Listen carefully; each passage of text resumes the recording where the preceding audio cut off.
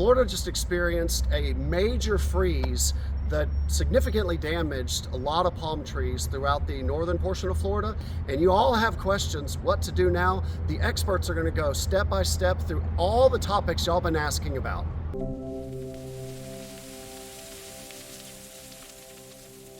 Your freeze in Florida that you experienced, I know it's stressful and I know it's hard on you, and a lot of people are freaking out. We understand what you're going through and we take it serious, and that's why we're doing the video, to get you the correct information you need out there now. Do not wait. It's the worst thing you could do. You need to address it now. So we could sit here and talk about all the things that you should have done prior to the freeze, and the fabrics and all the other sprays and heat lamps and all that, but we're kind of past that point now, so we're just going to move forward.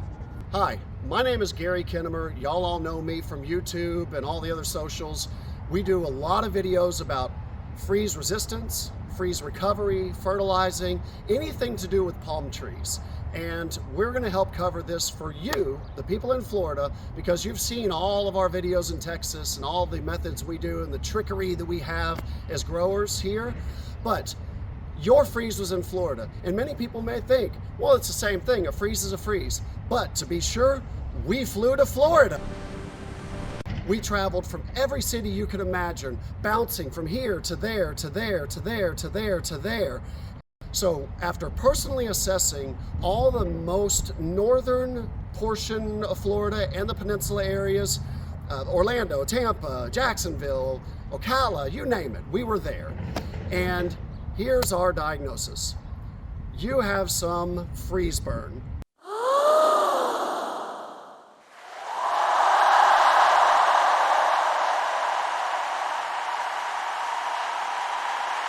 Obviously, no duh, we all know that. But how much, and what do you do now? So what we noticed was there are significant palms that are burned, but it was mainly your tropicals that were pushing the zone limits of where they should have been in the first place. The great news is, so while we were there, we did not notice any instant catastrophic damage or failure or collapse of the palms, just yet. So we're still fairly fresh after the freeze. What normally I mean by that would be catastrophic collapse is when they get so damaged significantly to the point to where the inside basically turns to mush. Everything breaks down, the leaves and fronds break, fold, go to the side. You instantly start seeing bleeding from the trunk within a few days. It looks like red jello pouring out of it, and then the trunks will get weak and start to collapse. We didn't see as much of that as we actually anticipated, which is great news. So here's where you go from there. Moving forward, there's a few things you need to do. First things first, copper fungicide. You need to get this drenched down into the crown, mainly the spear. The trunk, if you see some kind of bleeding or it looks like moisture coming out of the outside of it, something sticky, you can go ahead and lightly spray the trunk. You can mix this with a pump sprayer. We do not sell this. I don't manufacture this. I'm not involved in this company. I'm telling you as pros, this is what we do to maintain our stock. So you'll spray this down into the top. Why? Can anybody answer that? If you know the answer, leave it down below. It is because after a freeze, you'll get a secondary induced infection, which can be bacterial, fungal. This knocks all of that out. And some people say, well, that may be extreme. Trees will recover on their own. Well, if you're the one buying the palms, or they're significant to you or special meaning, or they're just expensive, this thing's like 10 or 20 bucks. So why would you not do it? Again, I don't sell this. It's just a product and a tool we use. It's a tool you can get at nearby box stores.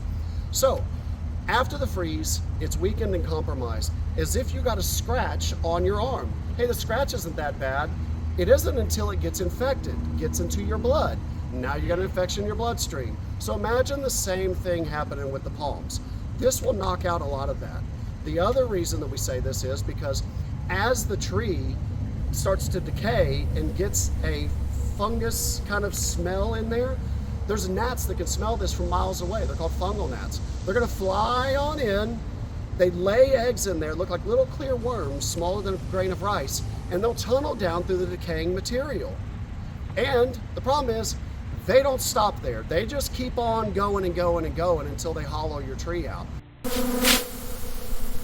So this can help prevent getting to that point. You want to do this as soon as you can, okay? This is the same thing we do at our nurseries every year in Texas, all right? So, copper fungicide. Next, it's going to be fertilizing. And I know what everybody's going to say. Well, I read not to fertilize in the winter. I heard not to fertilize till spring. I heard fertilizing is going to promote a bunch of new growth that'll all get burned up. Yeah, let me address some of that.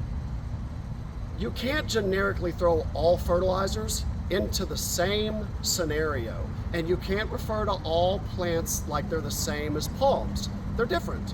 So let's just kind of clear up some of that real quick. In short, you need to be fertilizing right now, but with a specific type of fertilizer that's made for this. So let me clarify some things real quick. Outdated historical fertilizing methods that used super heavy feedings, 10, 12 pounds of fertilizer on a palm a few times a year.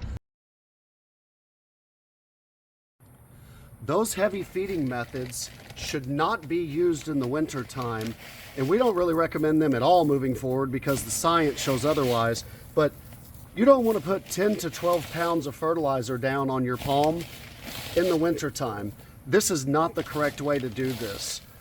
This is not for winter feeding. This is not eco-friendly small spoon feeding. Do not do this. If you're asking me about fertilizing in the winter and you're doing this, then the answer is no. The correct way to feed in the wintertime is using small amounts of a fertilizer that's specifically engineered for feeding in the wintertime. This is the correct, safe way.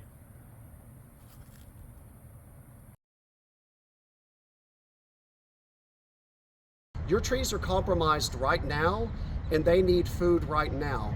Fertilizers like this are made to immediately start working when they're watered and get into the palm where it needs the help, okay? Now, the other thing is, everybody says, oh, it's gonna promote a bunch of new growth and then that'll be tender. No, palms are not gonna flush tons of new growth like it's the summertime just by applying a small amount of fertilizer. And again, all fertilizers are different. That's one of the key things of this one and why it can be used all year, even in the winter, because it's small baby spoon feeding amounts. You're not coming in and doing a 10-pound dose of this, so it should never stimulate that much. You are getting enough fertilizer to where it gets into the palm, mainly the potassium, boron, and manganese, which are proven freeze-induced deficiencies you're going to get. We're not guessing at it. It's nothing that's up for debate. It's proven by research of the University of Florida and our own individual research. So that's not a debate that we're really having. We're telling you how to apply it and the quantities. That's where this comes in. It's small spoon feeding amounts, not 10 pounds. So the last one would be that palms are dormant in the winter and they don't absorb nutrients. Well, I got news for you. Palms don't go dormant in the winter. Have you ever seen trees up north, shade trees that turn beautiful orange and red colors and the leaves change colors in fall and then they drop to the ground? Because those trees are going dormant. Palms don't do that. Have you ever seen your palms every fall turn beautifully orange and red? Probably not. It's because they still move water through the trunk all winter long. And within that water, if you have soluble small amounts of nutrients, guess what? They're moving where the water goes inside the palm, in the trunk. This is where it needs it. Potassium, boron, manganese, all that stuff. So it's helpful before we're past that point, but it's helpful now, especially now after the freeze. The worst thing you could do is the wait and see approach. Feed them now, spray them with the copper fungicide now. And I know you're probably thinking, well, what does this guy know? He's from Texas. Well, look at my stuff. We had the exact same temperatures that Jacksonville experienced. Around 25 degrees, wind chills, and feel like temperatures down in the teens to low teens, 20, 30 mile an hour winds. Look around. So, we've done videos like this for years, probably over a decade. I'm telling you when I tell you this, my trees are okay. Why are yours burned? You heard something from someone else on the internet. You have a pro grower that's been doing this for 30 years telling you the tricks of the trade. fertilizing with a specially formulated fertilizer for winter protection. Not any fertilizer is going to do that. So if someone tells you don't fertilize in winter, ask them, which fertilizer are you referring to? Because that's key. The other thing, like I said, copper. It's just something you should use. We've done so many of these videos that you'll see a lot of these people all over the internet that you're asking in social media, repeating every single thing we're telling you. It's tried and true. The only thing that we're trying to get you current on is the feeding. There's still a lot of misinformation being spread out there by people that are talking about other types of fertilizers or generically just don't know. So your one-off freeze in Florida that you experienced, I know it's stressful and I know it's hard on you and a lot of people are freaking out. We, being in Texas, growing all this stuff here, we experience several of those every winter. So where you had it once, this is just a regular day in growing palms in Texas for us, okay? We do this, we've gone through the panic, we understand what you're going through, and we take it serious. And that's why we're doing the video, to get you the correct information you need out there now. Do not wait. That's the worst thing you could do. You need to address it now. My name is Gary Kinnemer. Leave your comments down below if you have questions. If you call BS on something I said, if you've got another recommendation or something you've done, I'd love to hear about it. Y'all comment down below, let me know. And check out our other videos. We got a lot more like this. It's all free information. Have a good day.